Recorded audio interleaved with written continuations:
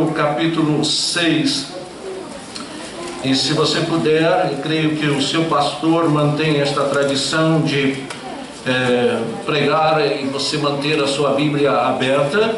Então mantenha a sua Bíblia aberta em Deuteronômio capítulo 6. Inicialmente quero ler o verso 4 e o verso 5. Estes são os versos iniciais que quero ler. Palavra do Senhor ao seu coração. Deuteronômio capítulo 6, o verso 4 e verso 5. Está escrito assim: Ouve, Israel, o Senhor, nosso Deus, é o único Senhor. Amarás, pois, o Senhor teu Deus de todo o teu coração, de toda a tua alma e de toda a tua força. Pai, somos inteiramente dependentes de Ti mesmo para expor a Tua própria palavra. Sê propício, Pai. Amém. Que a Tua palavra penetre nos corações, nas vidas, e haja edificação, e haja restauração, haja arrependimento para a Tua própria glória. Amém. Eu oro em Cristo Jesus. Amém. Meus irmãos, falar ou discursar sobre o mundo moderno, a sociedade moderna, e trazer algumas estatísticas sobre mudanças, talvez não é apresentar grandes novidades ou grandes novidades para os irmãos. Desde os mais novos aqui, que já têm poder da razão, de pensar, até os mais idosos, os mais experientes, podem, pela própria vida, dizer que o mundo vive ou está em constante mudança.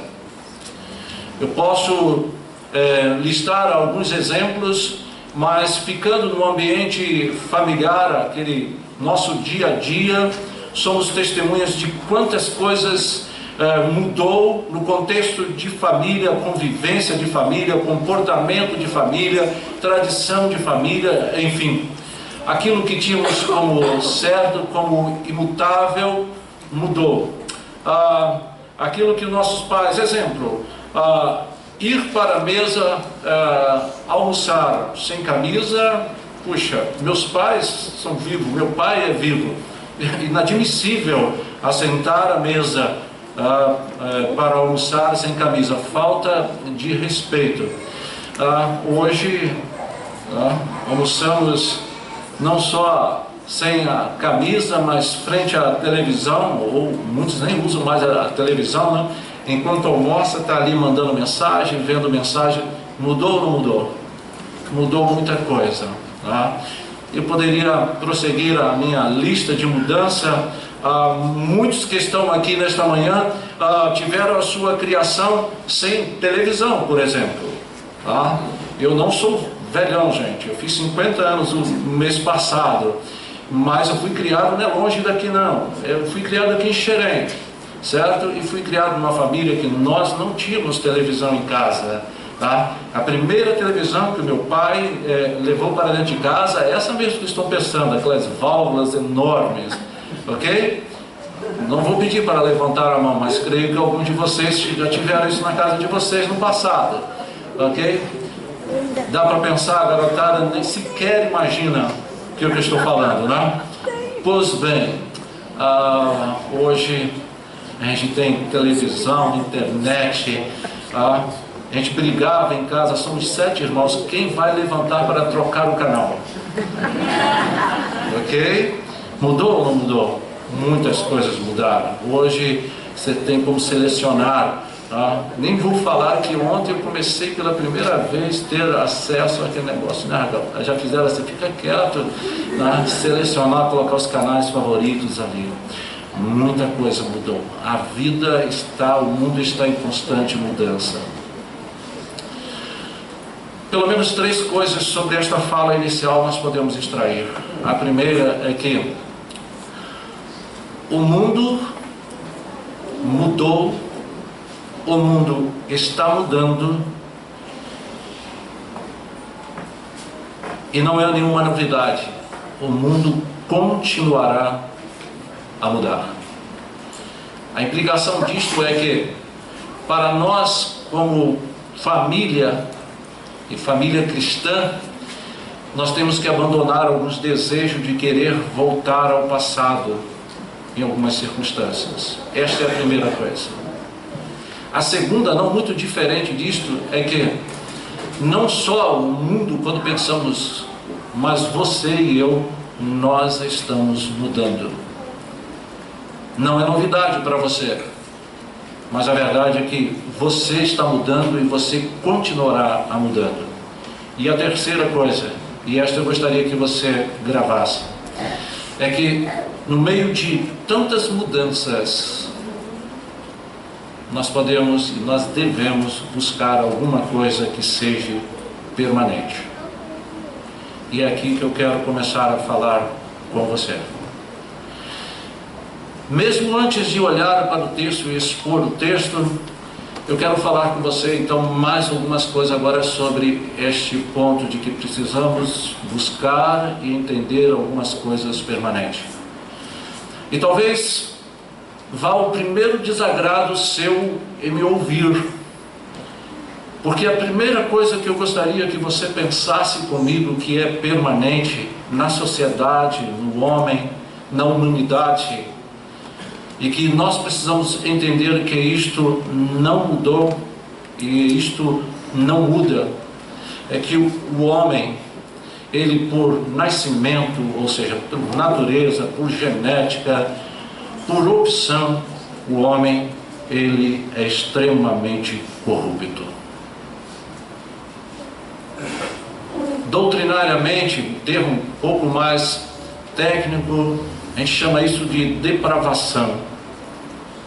Isto é algo que não mudou e você precisa entender isto se você quiser partir para caminhos aonde você, seja pai, seja mãe, seja filho, você tenha um lar regido pela orientação da palavra de Deus. A primeira coisa então que você precisa entender é a natureza do homem. A natureza do homem é uma natureza corrupta. E quando nós tomamos as Escrituras Sagradas, exemplo, quando você ler Isaías capítulo 64, eu não sei como é que o seu pastor trabalha, talvez ele projete os textos, mas eu vou desafiar você. Marque Deuteronômio capítulo 6, e quando você lê Isaías capítulo 64, nós aprendemos, Isaías capítulo 64, nós aprendemos um pouco do que estou dizendo, que isto permanece, isto não mudou na humanidade. Isaías 64, nós lemos assim, o verso 6: mas todos nós somos como imundo, e todas as nossas justiças como trapo da imundícia. Todos nós murchamos como a folha, e as nossas iniquidades como o vento nos arrebata. Talvez esse seja um dos ensinos que nós menos queremos entender, buscar e absorver. Mas se existe um desejo na sua vida de ter uma família saudável, de ter uma família que vive com princípios da palavra de Deus, uma coisa você precisa ter em mente: o mundo está mudando, o mundo continuará a mudar. Tudo à nossa volta, dentro de nossas casas, no próprio contexto da igreja. Muitos que me ouvem aqui talvez estranhem o modelo de culto de hoje, não é o mesmo modelo de culto de 30, 40 anos atrás. Tudo tem mudado, mas não muda o que as Escrituras Sagradas falam. O homem, ele é desesperadamente corrupto. O profeta Jeremias chega a dizer que o coração do homem é desesperadamente corrupto. Jeremias capítulo 17. E você precisa entender isto. Uma vez você entendendo isso, você sabe aonde está o homem diante de Deus. Aquilo que Paulo vai pregar aos romanos. E deixe eu fincar no seu coração este princípio que eu estou estabelecendo. Paulo, antes de ele apresentar a graça de Deus, antes de ele apresentar a doutrina da justificação pela fé, ele dedica praticamente os 3 primeiros capítulos de Romanos apresentando a natureza do homem. Quem é o homem? O que o homem faz? Ele mesmo, o mesmo apóstolo Paulo, ao se apresentar, ele se apresenta na carta que ele escreve a Timóteo como o maior dos pecadores. Ele mesmo, o apóstolo Paulo, apresentando sobre a graça de Deus na sua vida, é ele quem vai dizer: miserável homem que sou. E eu preciso então dizer ao coração de cada homem, de cada mulher, de cada jovem, de cada adolescente, de cada senhor, de cada senhora, de cada pai, de cada mãe, você precisa entender este princípio, este ensino da palavra de Deus quanto ao pecado. Quando o salmista, no Salmo 51, ele roga a Deus, ele ora a Deus pelo seu arrependimento. Ele, dentro da sua oração, diz: eu sei que em pecado eu fui concebido. Se você quer ser um homem, uma mulher diferente, você precisa entender que esta natureza corrupta do homem, ela não mudou. A tecnologia avançou. Os recursos que temos hoje são fantásticos, são maravilhosos. Eles são para ser utilizados. Muitos recursos vieram para o nosso bem, vieram para facilitar e têm vindo para facilitar a nossa vida. Mas é preciso que nós entendamos que algo não mudou. O coração do homem, a natureza do homem, ela continua sendo uma natureza corrupta. A segunda coisa que preciso falar dentro deste conceito de coisas que nós precisamos buscar que não muda, é que Deus, o Deus que tem o seu povo, o nosso Deus, este Deus, ele continua santo, continua puro, continua justo. Falando em termos teológicos, Deus que nós cremos prossegue sendo um Deus imutável. E sendo Ele um Deus imutável, sendo Ele puro, sendo Ele santo, sendo Ele justo, este Deus exige do seu povo, daqueles que o amam, daqueles que o buscam, daqueles que vivem o adorando, este Deus exige do seu povo nada mais, nada menos que também: sede santos, porque eu também sou o quê? Sede santo, porque eu também sou santo. Pureza, santidade, justiça, retidão não são coisas opcionais na vida de um homem que busca o Senhor e que ama o Senhor. São exigências deste Deus. A esfera de relacionamento com Deus, quando chegamos no Novo Testamento, texto clássico que você certamente conhece, diz: se confessarmos os nossos pecados, Ele é fiel e quê? E justo para o quê? Nos perdoar de todos os pecados. Porém, se dissermos que não temos pecado, fazemos o quê? Deus mentiroso.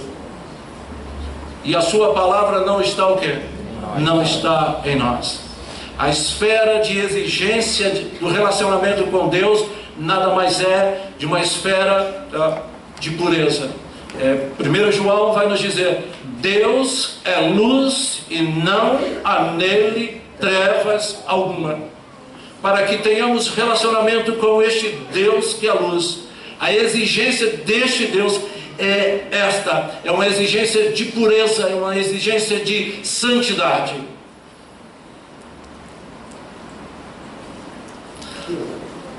Por isso que João vai dizer, é preciso que confessemos os nossos pecados, preciso que abandonemos os nossos pecados.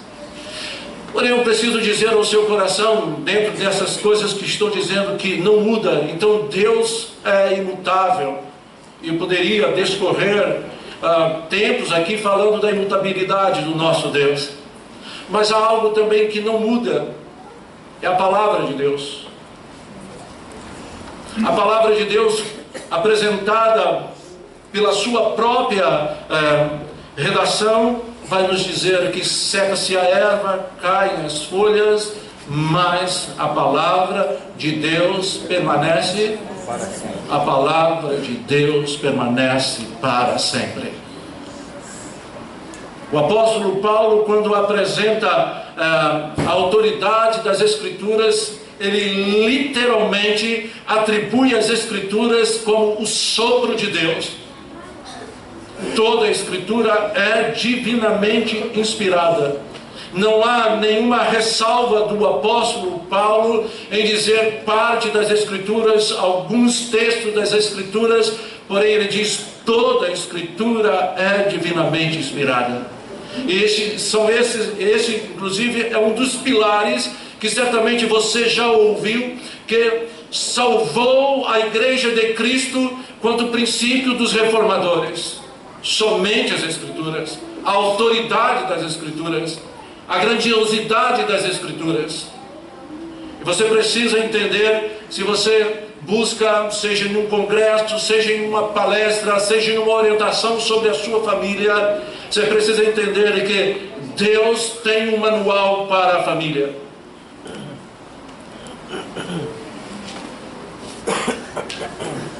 E talvez, utilizando este conceito de manual, nós temos dificuldade com o manual. Você compra um equipamento novo, seja uma geladeira, seja qualquer outro equipamento, lá vem dizendo, leia o quê?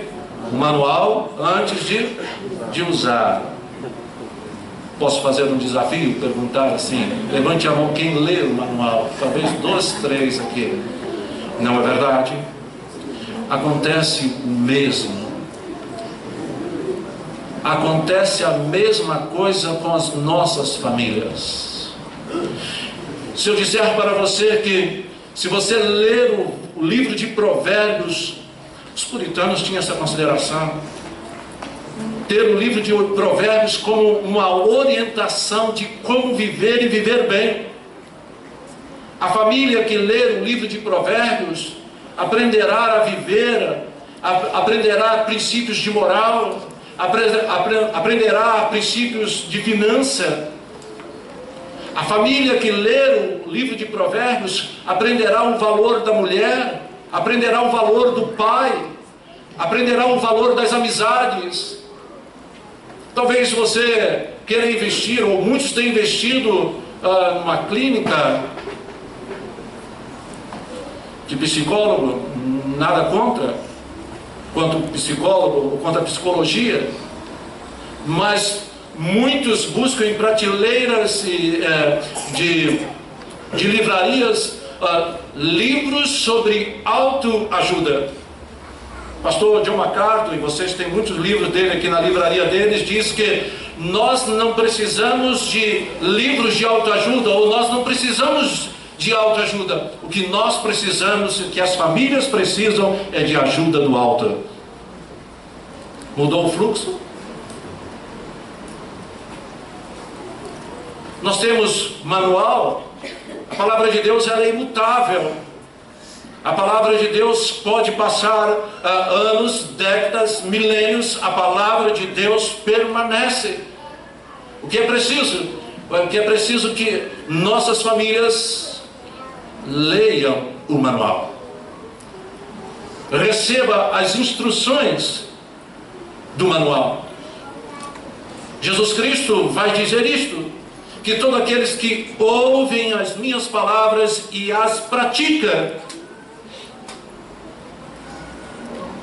ele diz que ele assemelha isto, ele compara isto a um homem que construiu a sua casa sobre uma rocha. E é interessante pensar nessas palavras de Cristo Jesus, que você percebe que nesta analogia de Cristo Jesus, ambos se esforçam, ambos constroem. E sobre ambas as casas vêm os mesmos intempéries da vida. Problemas nas famílias não vêm só sobre aqueles que não temem ao Senhor. Dificuldades na família vêm sobre famílias que amam o Senhor, que buscam o Senhor. A diferença, quando Cristo Jesus fala, é onde está plantada, onde está alicerçada. Diz Cristo Jesus: uma casa foi construída sobre a areia e a outra foi construída sobre a rocha. O que vai fazer a diferença é onde a sua vida está alicerçada. Ainda falando sobre a autoridade da palavra de Deus como algo perpétuo, pegue o Salmo de número 19, por favor. Salmo de número 19.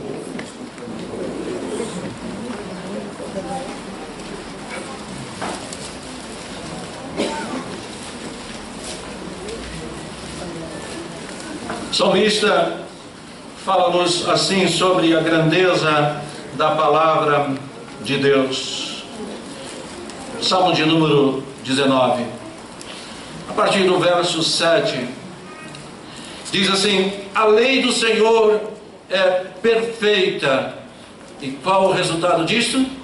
Restaura a alma. Ele está falando sobre a palavra do Senhor. E ele prossegue dizendo: o testemunho do Senhor, ele é o quê?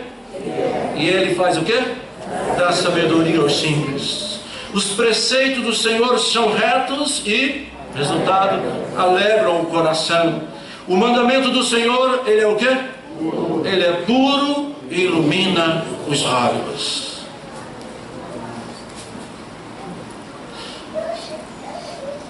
Eu disse então que o mundo mudou, o mundo está mudando e o mundo continuará a mudar. Também disse que você já mudou e mais, que você também continuará a mudar. Mas também disse que é preciso que você busque e encontre algo que não muda. E a primeira coisa que disse que a natureza do homem, ela não muda. Desde que nascemos em pecado. Também disse que Deus não muda. E o desejo de Deus e a vontade de Deus para o seu povo não muda. Deus quer um povo santo, Deus quer um povo puro, Deus quer um povo justo. Também disse que a palavra de Deus não muda. E antes de sair deste ambiente, deste ponto, quero dizer mais uma coisa ao seu coração: que as misericórdias de Deus também não mudam. Amém.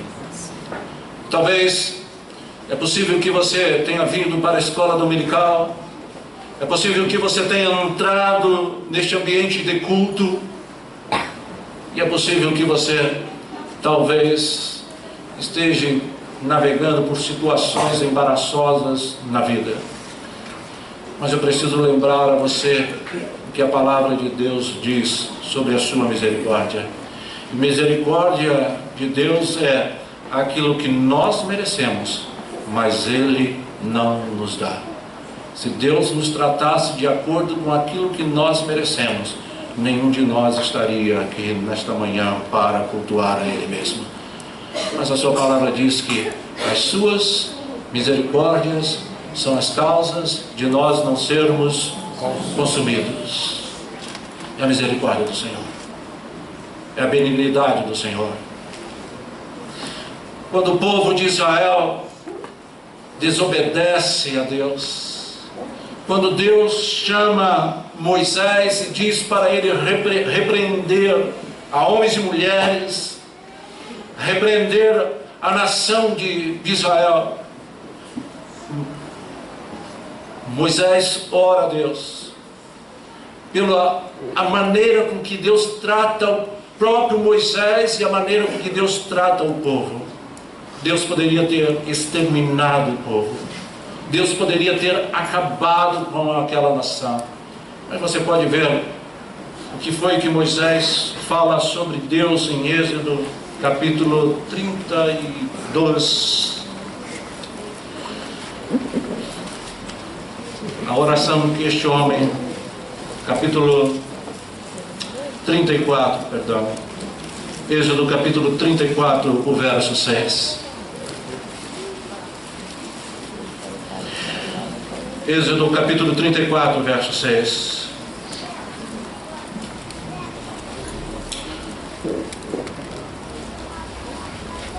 Verso 5 em diante vai ficar melhor para você entender. Tendo o Senhor descido na nuvem, ali esteve junto dele e proclamou o nome do Senhor. E passando o Senhor por diante dele, clamou: Senhor, Senhor Deus compassivo, clemente e longânimo, e grande em misericórdia e fidelidade, que guarda a misericórdia em 1000 gerações, que perdoa a iniquidade e transgressão e o pecado, ainda que não inocenta o culpado. Que visão que este homem tem de Deus. Deus compassivo, Deus fiel, Deus misericordioso. Talvez o seu coração esteja passeando por momentos de instabilidade na vida, de dificuldade na vida. Talvez o pecado que você tenha cometido, e o acusador de sua alma tenha acusado a sua vida e dizendo a você que você é incapaz, e acusando a você que você não consegue seguir ao Senhor. E tudo que você precisava ouvir e que precisa ouvir é o próprio Deus dizendo ao seu coração ao que ele disse a um povo rebelde, a um povo que virou as costas para o próprio Deus. Mas Deus diz a este povo como diz ao seu coração nesta manhã. Ele diz assim: olha, busca o Senhor enquanto se pode achar, invocai-o enquanto está perto. Deixe o homem maligno os seus pensamentos e torne-se para o nosso Deus, porque Ele é grandioso em perdoar. Aleluia. Este mesmo convite que Deus fez a pecadores no passado é o mesmo convite que Ele faz a você, a sua família, aos seus filhos, a todos os componentes de sua família esta manhã.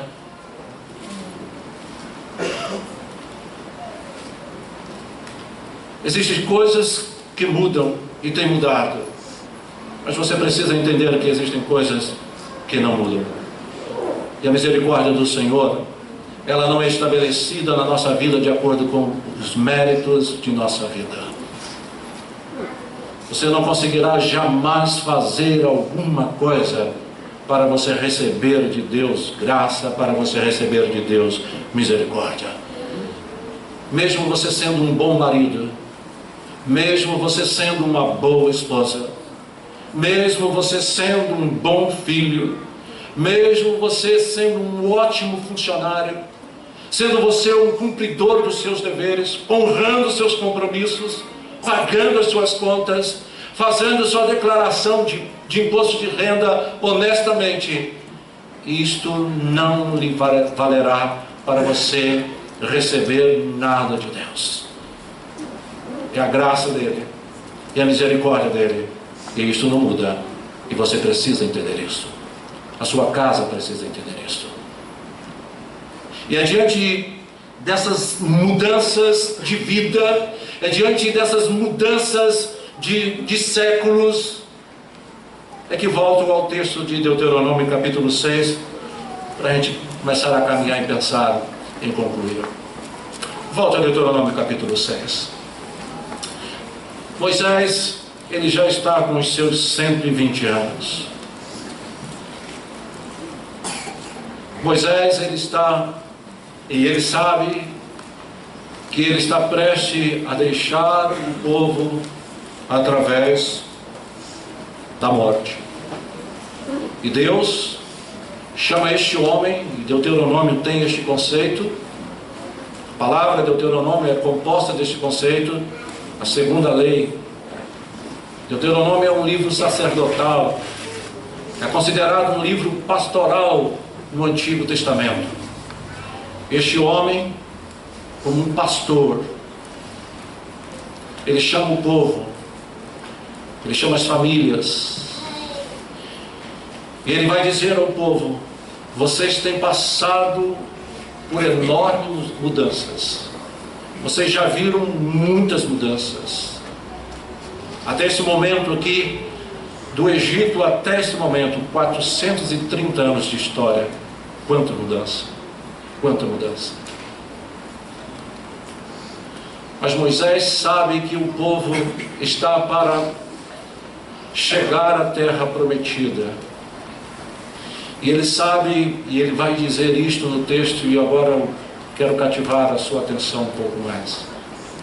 Ele sabe que o povo vai receber casas que não construiu, vai colher frutos de árvore que não plantou,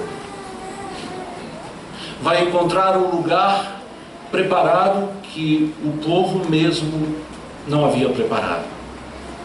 E Moisés sabe que o povo então sofreria mais uma grande mudança em sua vida. O que este servo do Senhor vai fazer? Acompanhe comigo. Pastor Israel Belo, ele vai dizer que aqui nesse texto é estabelecido alguns princípios para a vida em família. E o primeiro princípio que Moisés vai estabelecer, olha o texto agora comigo, de Deuteronômio capítulo 6. Ele abre o texto dizendo assim, vamos lá: estes, pois, são os mandamentos, os estatutos e os juízos que mandou o Senhor teu Deus, se te ensinasse, para que os cumprisses na terra a que passas para possuir.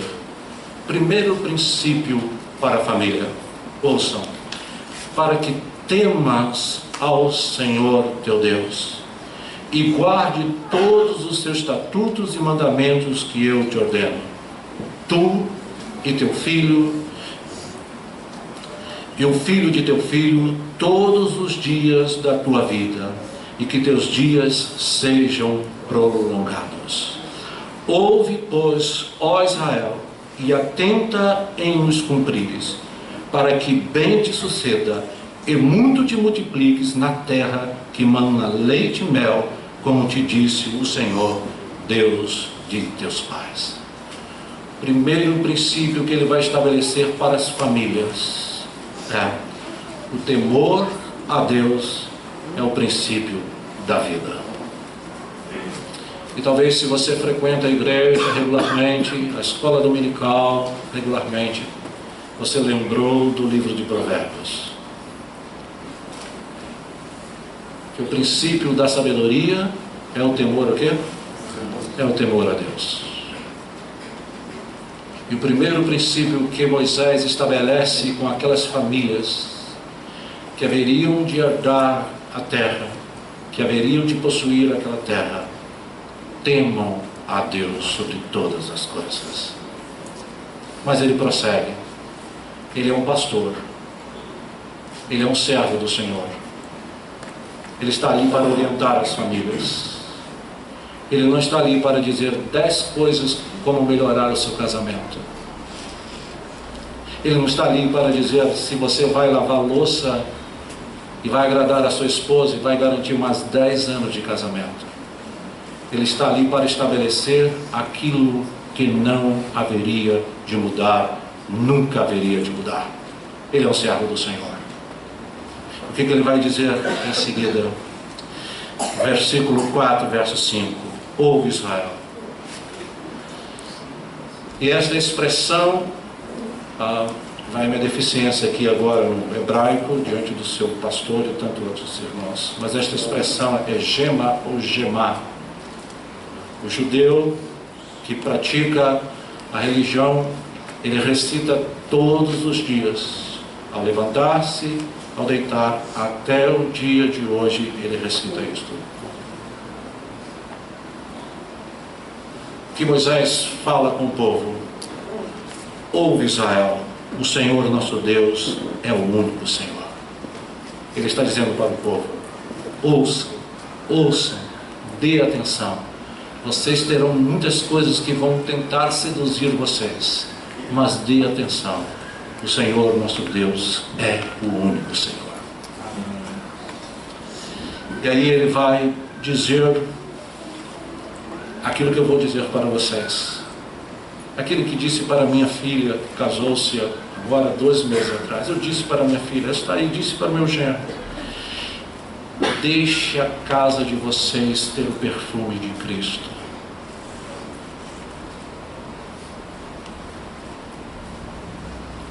Moisés vai dizer ao povo: amarás, pois, o Senhor teu Deus de todo o teu coração, de toda a tua alma e de toda a tua força. Antes, jovem, antes do seu coração ser de uma moça, ele precisa ser do Senhor. Moças, antes do seu coração pertencer a um rapaz, ele precisa pertencer ao Senhor. Pais, ensinem aos seus filhos que o primeiro de todos os amores é o amor a Deus. Este verdadeiro pastor, este verdadeiro profeta que Moisés era, ele está falando com famílias, e ele vai dizer às famílias: amarás, pois, o Senhor teu Deus de todo o teu coração, de toda a tua alma e de toda a tua força.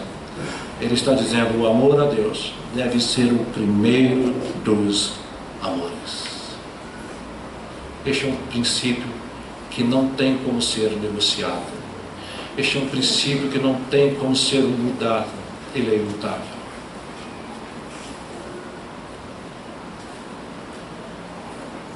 É isto que o Deus vai dizer ao povo: vocês precisam contar isso aos seus filhos. Deixa eu fazer uma pausa aqui, pastor. Eu estou sem relógio, estou sem qualquer referência de hora.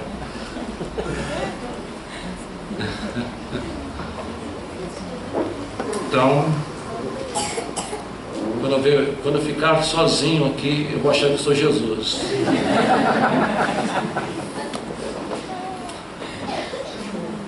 Ok, mas eu vou tentar mentalizar onde eu estou no tempo aqui para não perder. Ontem eu estive no casamento, alguém pediu que era para eu orar no casamento. Era para eu orar. Eu levantei com a Bíblia, recebi o casal, disse que estávamos ali para selar aquela união, que eles já vivem juntos. Li o texto das Escrituras e orei. Quando eu voltei para a mesa, disseram assim: mas achei que o Senhor ia falar um pouco. Pediram para eu orar, mas não sabem que eu estava me disciplinando para monitorar o tempo.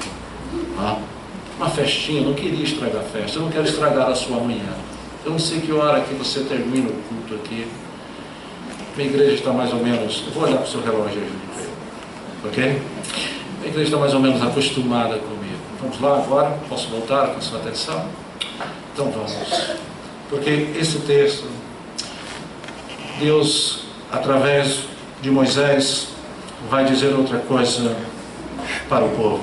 Acompanhe comigo a partir do verso 6. Essas palavras que hoje te ordeno estarão no teu coração.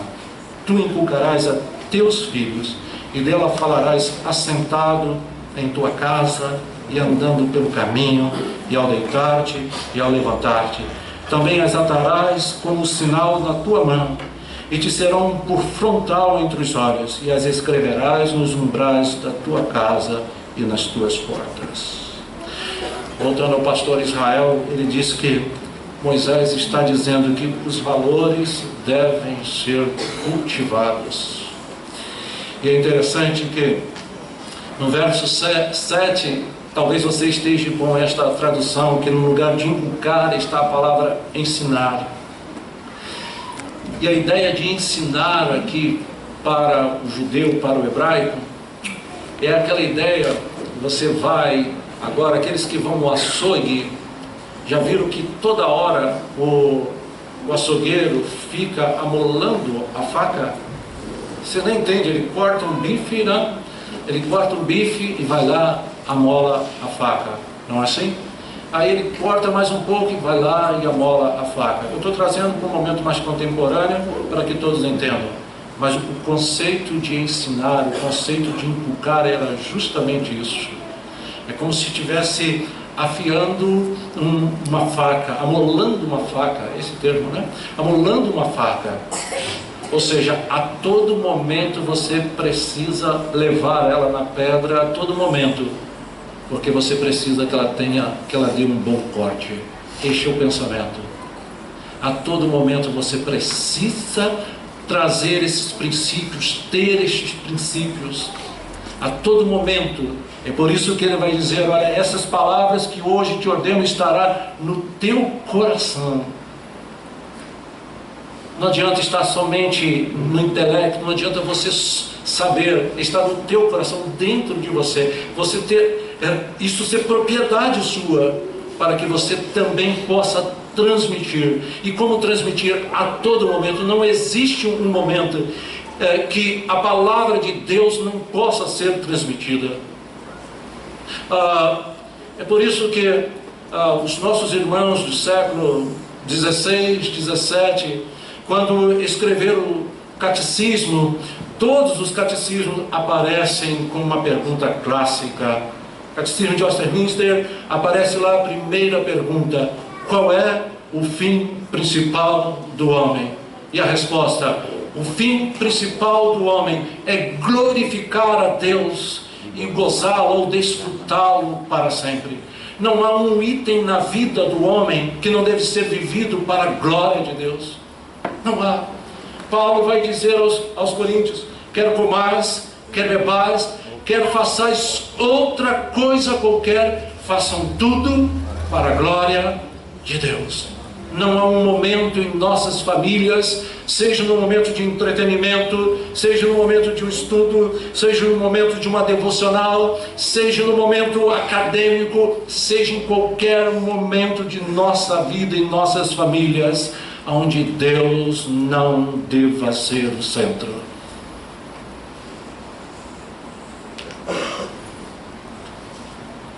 Vamos terminar.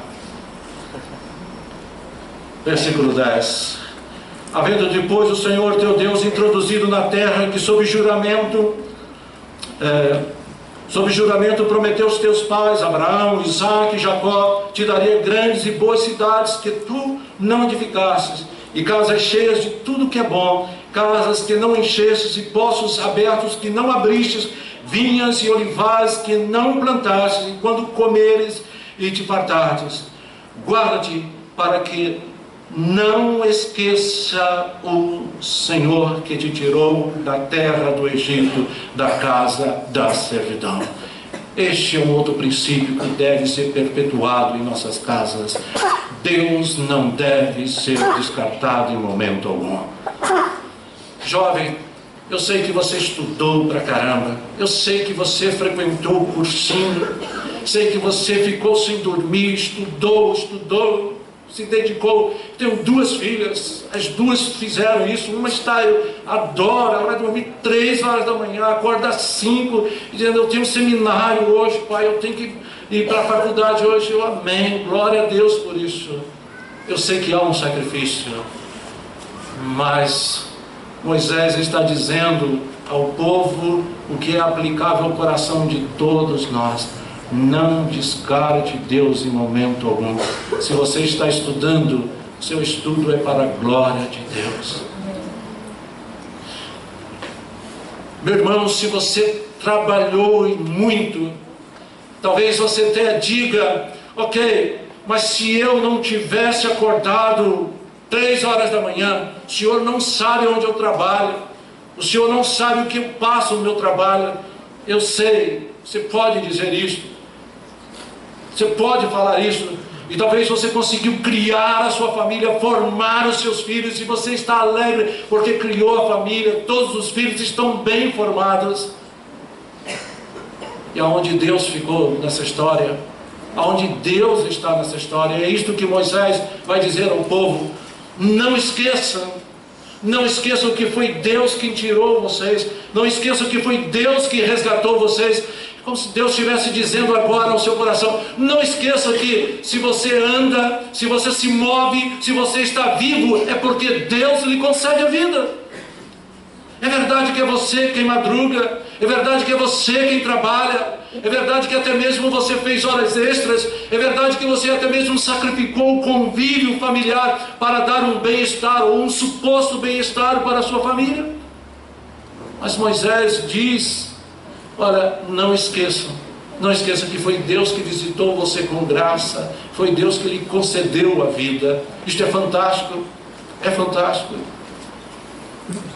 Meus irmãos, Deus não pede a nós nada daquilo que Ele não nos deu. E esta é uma das orações que Agostinho faz. Quando ele ora a Deus, ele diz: olha, dá-me o que tu queres e pede o que tu quiseres. Quando Deus vai dizer, falar a Moisés os 10 mandamentos do Decálogo, ele, antes de dizer aos homens o que eles não deveriam fazer ou o que eles deveriam fazer, Deus abre os 10 mandamentos apresentando a sua graça. Deus não começa dizendo: não faça isso, não faça aquilo outro, mas Ele diz: olha, eu sou o Deus de vocês, eu sou o Deus que resgatei vocês, eu sou o Deus que fui lá no Egito e tirei vocês da casa de servidão. São princípios que não tem como se negociar. Nossas famílias precisam perpetuar isto: não descartar Deus em nossas casas. Eu paro por aqui.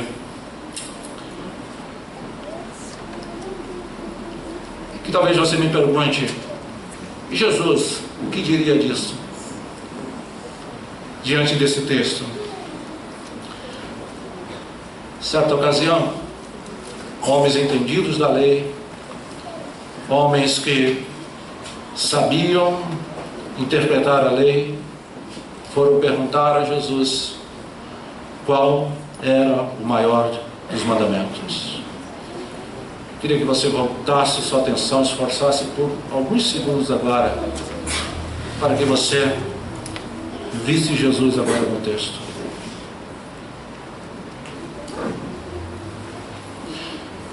Só para lembrar, um dos pregadores batistas, chamado Príncipe dos Pregadores, Spurgeon, dizia que nós precisamos ver Cristo em cada página das Escrituras Sagradas.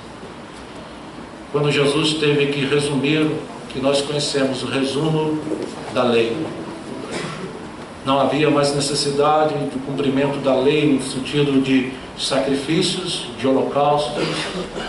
Jesus havia revogado a lei. Mas quando perguntaram a Jesus qual o maior dos mandamentos, ele vai justamente a esse texto. Moisés prefigurava Cristo.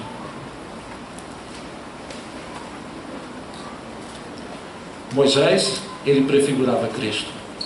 E Cristo Jesus, neste momento, vai ao texto, você vai encontrar nos Evangelhos, Marcos capítulo 12, você vai encontrar Jesus dizendo: o maior dos mandamentos é este: amarás ao Senhor teu Deus de todo o teu coração, de toda a tua alma, de todo o teu entendimento ou de toda a tua força. Que o Senhor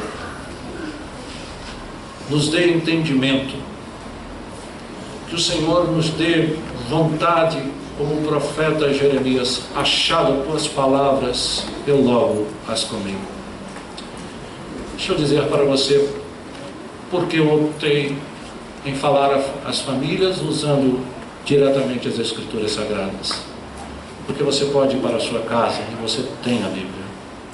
Você pode ir para a sua casa e você pode ler a Bíblia. Você pode ir para a sua casa e ruminar o que você acabou de ouvir nesta manhã. E você pode ir para a sua casa fazer aquilo que Jesus Cristo disse: bem-aventurados aqueles que ouvem e praticam as minhas palavras. Amém. Permita a Deus que as famílias aqui nesta manhã sejam famílias que amem a palavra de Deus e que busquem esses princípios na palavra de Deus. Amém. E que a felicidade de sua família não seja felicidade porque você tem o carro